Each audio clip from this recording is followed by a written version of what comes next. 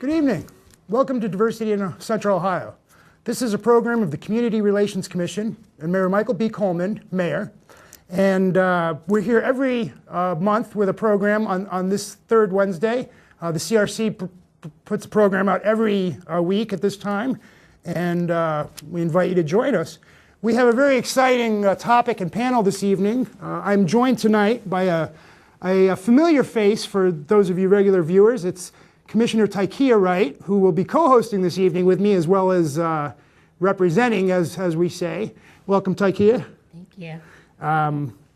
Tonight's topic, we're looking at the topic we're calling DiversAbility. And let's jump right in. Tykiah, welcome.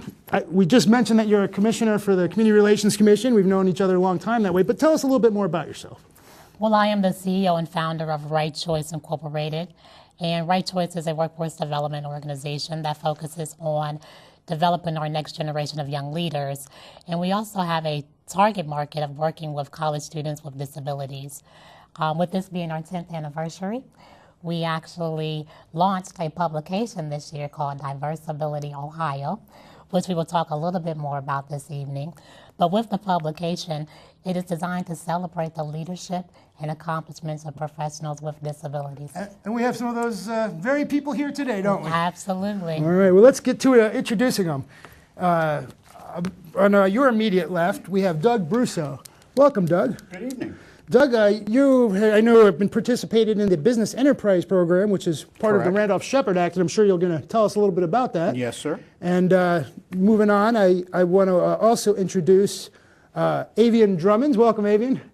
Avian serves as an application developer, which he just explained to me what that was, for J.P. Morgan Chase, and is also on the board of Wright Choices. You're... Right. I've been on the board for the last 6 years now. 6 years. The Titan journey. So you're clearly a slacker, right? Just only 2 jobs.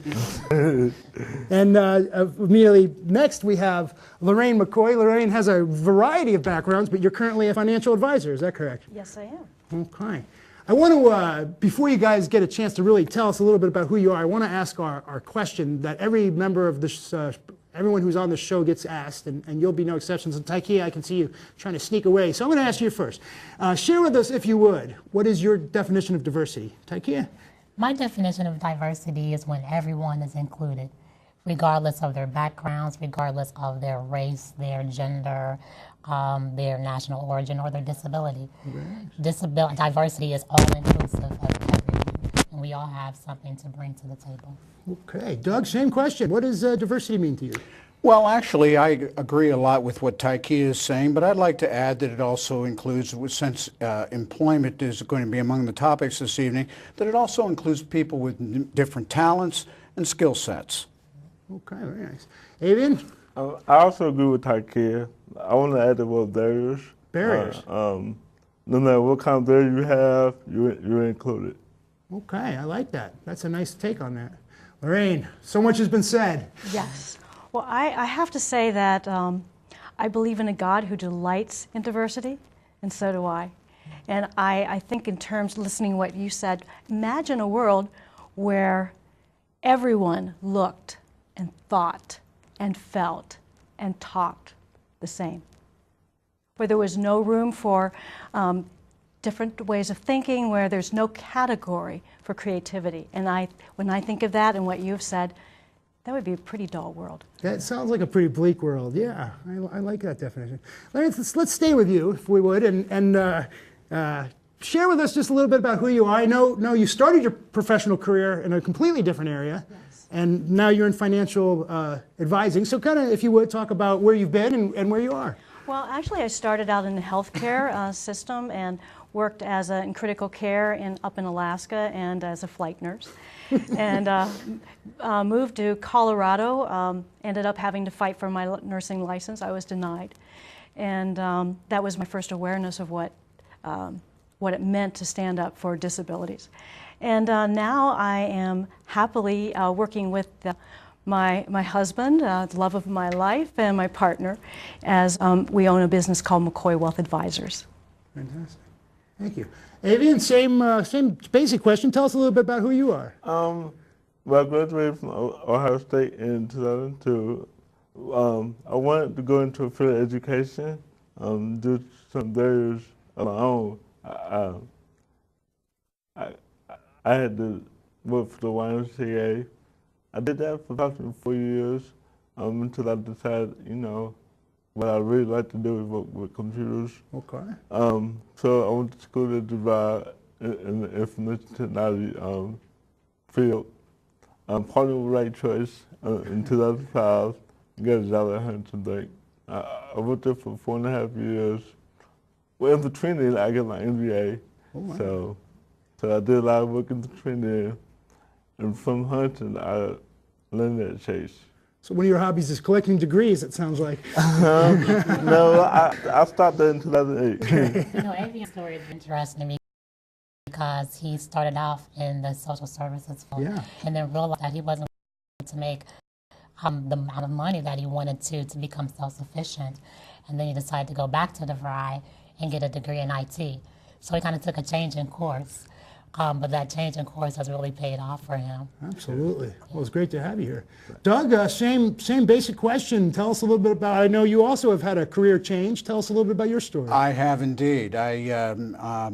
I began my career when I was still sighted, and I went to college in West Virginia and obtained a degree in equestrian arts and went to pursue a career in horsemanship in Florida. Ultimately, I got hurt in that career, and that ended that, and went back and got a degree from the University of Pittsburgh in business. As I tried to make my way in the world, I found obstacle after obstacle that I was overcoming, and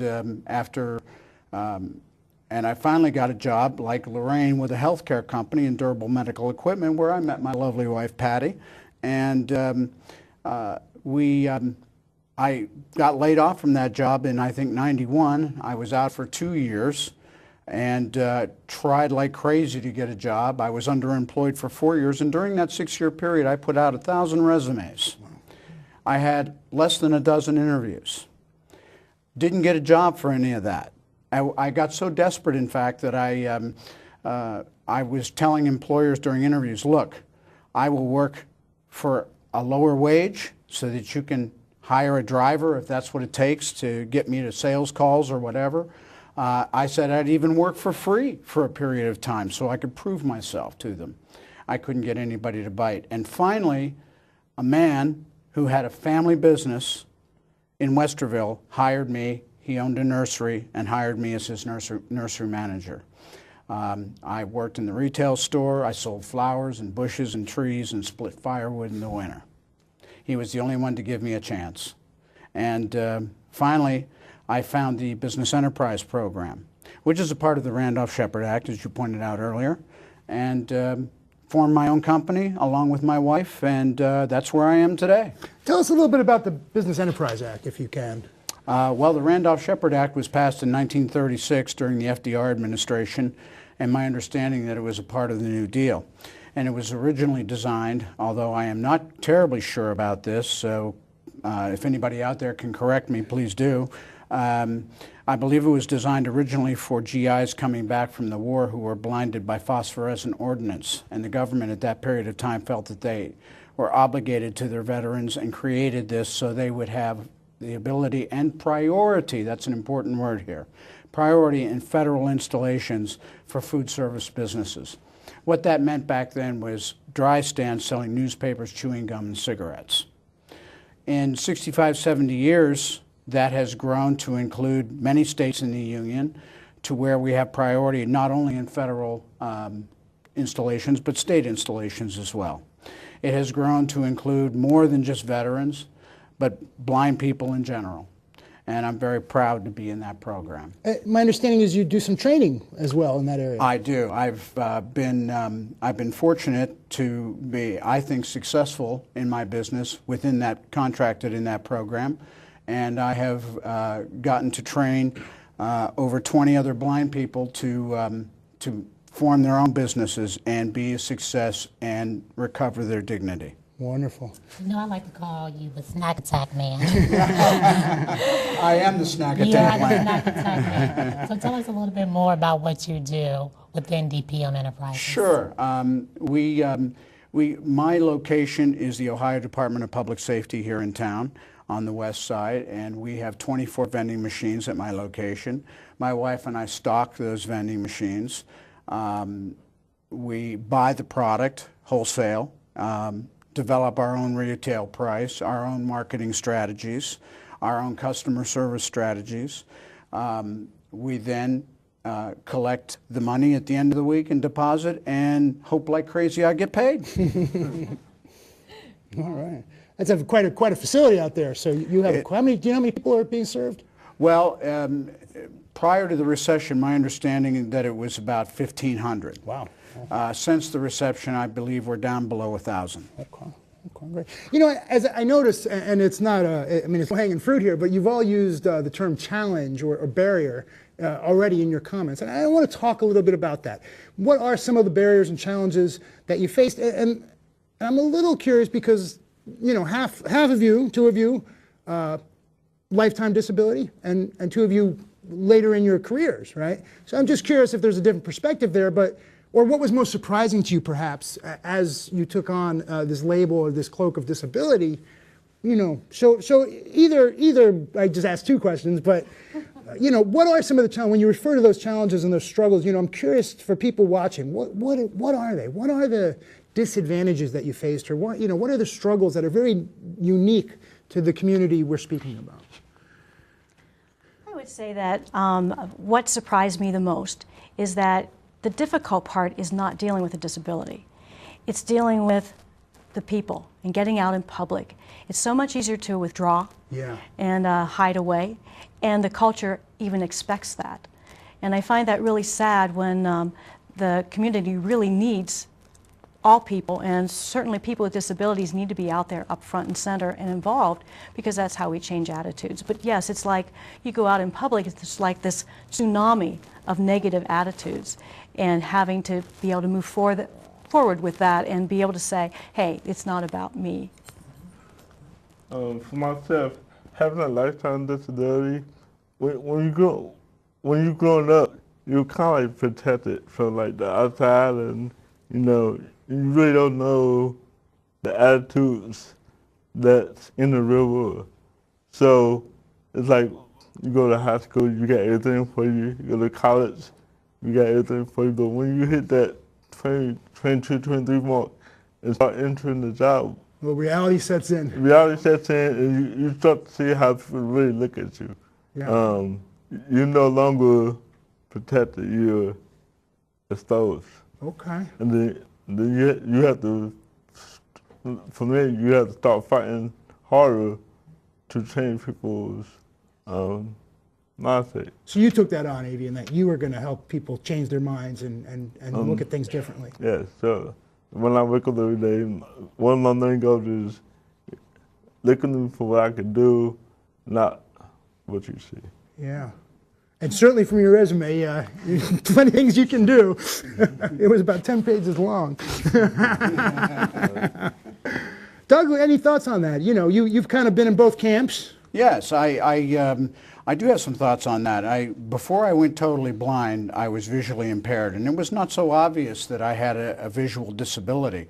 And so when I would walk down the street, and I wasn't using a cane at that time, people would often think that I was drunk because I was looking cockeyed, trying to look around the retinitis pigmentosa to see something, and people thought I was blind. I was even pulled over one time for being a pedestrian drunk on the sidewalk, and when I tried to explain that I was visually impaired, the officers had a hard time believing that.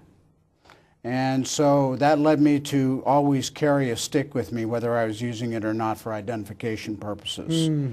As a result of that kind of a judgment with no backup like that, just by the way I looked, I now wear an earring, symbolic of people making unfounded judgments about disabled people. Okay, all right. Tykiah, just because we've known each other for so long, I know your story is not dissimilar. Why don't you tell us a little bit about how Right Choices came about? Well, Right Choice came about 10 years ago now. After I graduated from college, I have an undergraduate degree in human resource management as well as an MBA. Also a slacker. And also a slacker, absolutely. And when I came home from school, I was, actively seeking employment, sending out resumes, and then the job offers weren't coming in like I thought they would.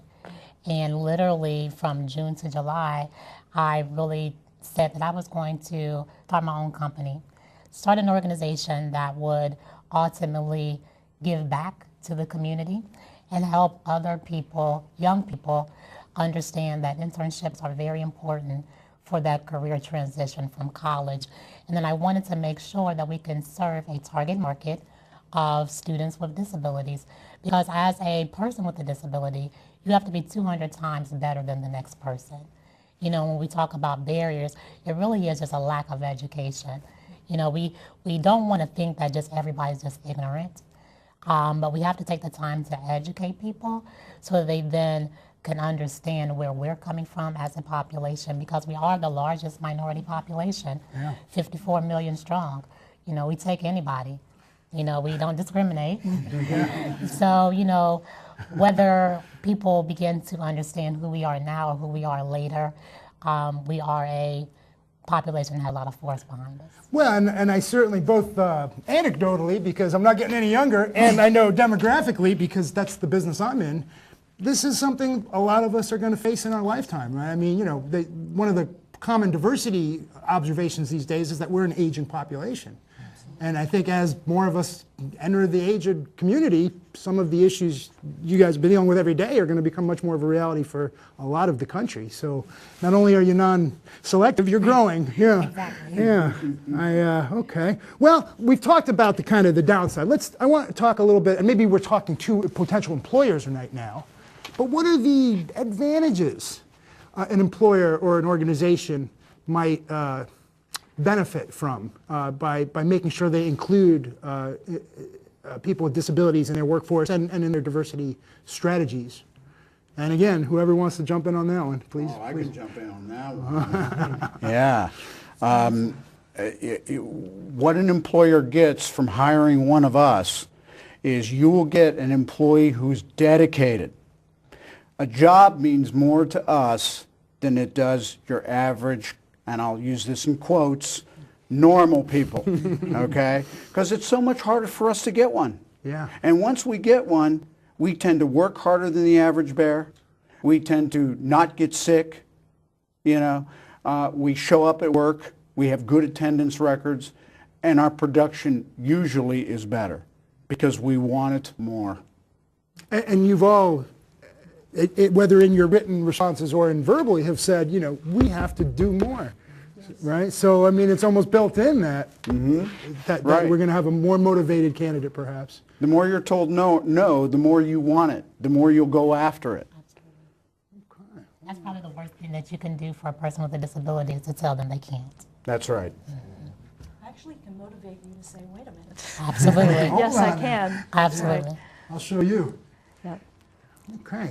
I think the one thing that employers should understand, even outside of the disability population, is that the latest statistics says that 87% of the community, whether it's our family and friends and the community at large, would rather do business with an organization that is including people with disabilities, whether that's visibly through their marketing, whether that's through their employment on the inside. So it's a business advantage if they include us in their diversity picture, because then they're now attracting a larger population of customers. And it's all about market share nowadays, isn't it? Absolutely. Yeah. I've often used that as in my diversity training in general to say, whatever the group is, do you want to exclude that market share? Why? What possible business incentive is there for that, right? Lorraine, money, we're talking business, bottom line. This is your neck of the woods. Oh, yes. I have to, when you were sharing that, I had to think about the broker-dealer that we have is H. Beck. And the first time I visited their corporate headquarters, I was so impressed with how inclusive they were. You just saw everybody. And I was surprised and just very pleased about how much they're already ahead and they've already embraced. So. Well, and I know, from what I hear anecdotal, again, But a lot of people express, well, we're afraid of the costs, we're afraid of, making adaptations. And is that a reality for organizations? Is that generally a real barrier on the other side for folks? In my experience, business and industry tend to look at us as a cost center, not a profit center. They focus more on what am I going to have to do to change this job description so this blind person can do it. What am I going to have to widen my doors so that wheelchair person will be able to get through? They're looking at what it's going to cost their company rather than how much profit that individual can bring. And remember I said that we are more dedicated when we get that job, we're more motivated when we get that job. That translates to profit for companies. I know for a lot of organizations the cost of hiring and replacing somebody is tremendous. It's, Right. it's never a cheap process. Right. And when we talk about reasonable accommodations, $500 is really the top. So most accommodations cost less than $500. So it's a fairly unfounded fear. Absolutely. And when you think of accommodations, some of us self-accommodate, not everyone.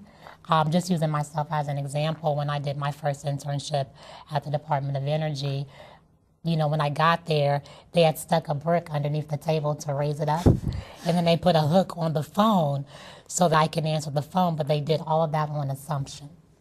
So when I got there the first day, I said, okay, can you remove that brick from the table and please take the hook off the phone?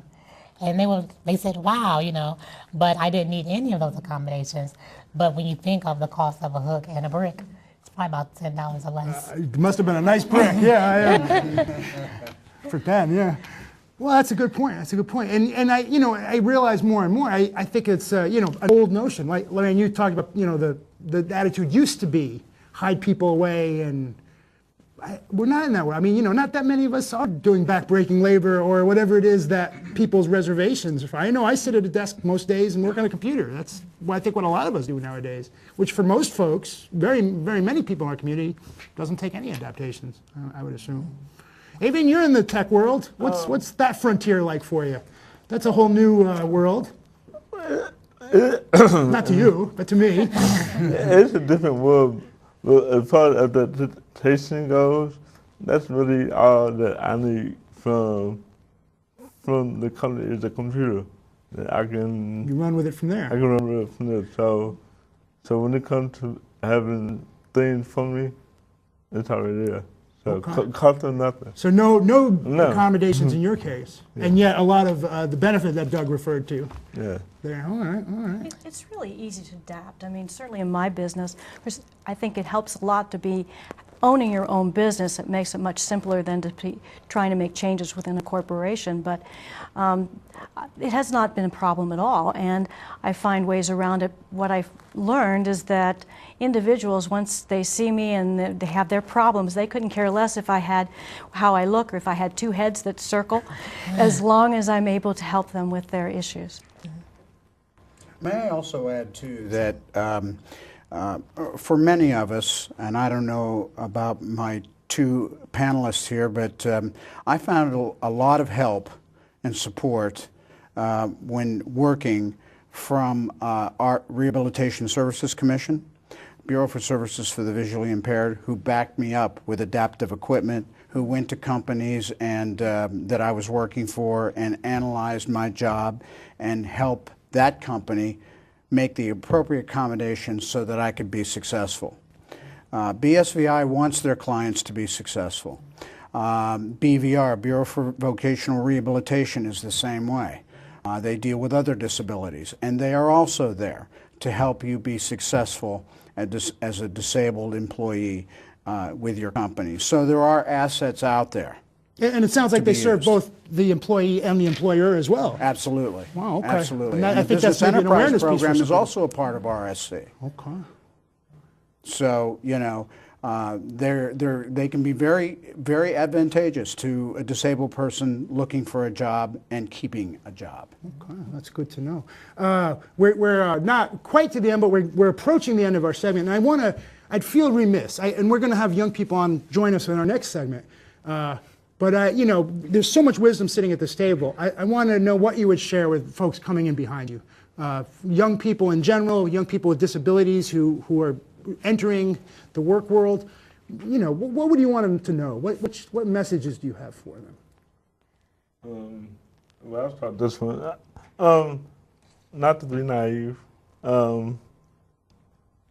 Just because you're in that bubble, as I was talking about earlier, there's people out there that's gonna stereotype you and tell you that you can't do something just by the way you look. So like Tykiah said, you gotta go out there working 200% harder than the next person in order to get to where the next man or woman is. Okay, so persevere, it sounds like, in a nutshell, huh? Yeah. You've got to believe in yourself.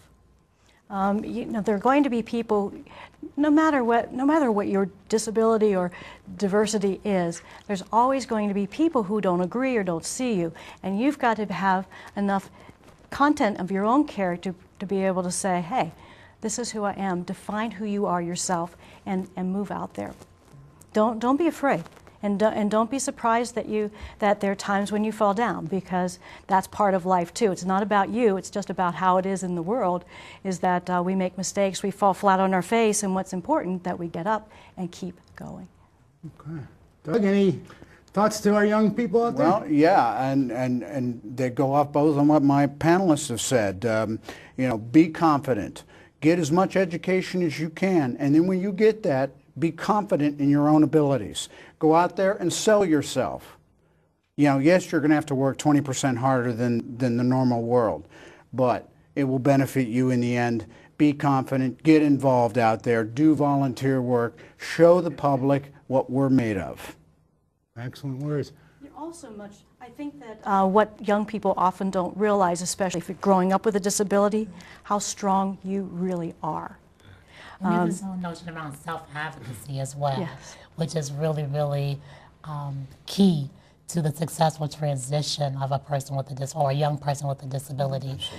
To be able to advocate for your own needs, yes. To be able to speak up and say, this is what I want, this is what I can do, but this is how I will benefit you as an employer. Exactly. Okay.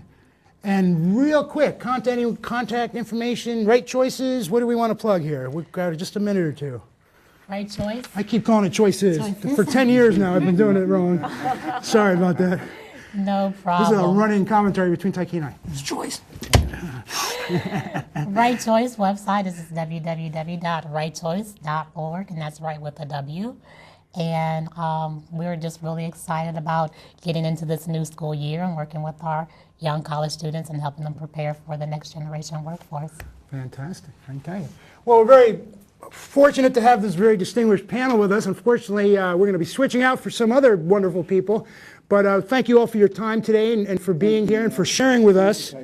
And we look forward to hearing from you more in the future. Thank you so much. You're watching Diversity in Central Ohio. We'll be back after a short break. Please feel free to call in with your questions or comments, 645-6557.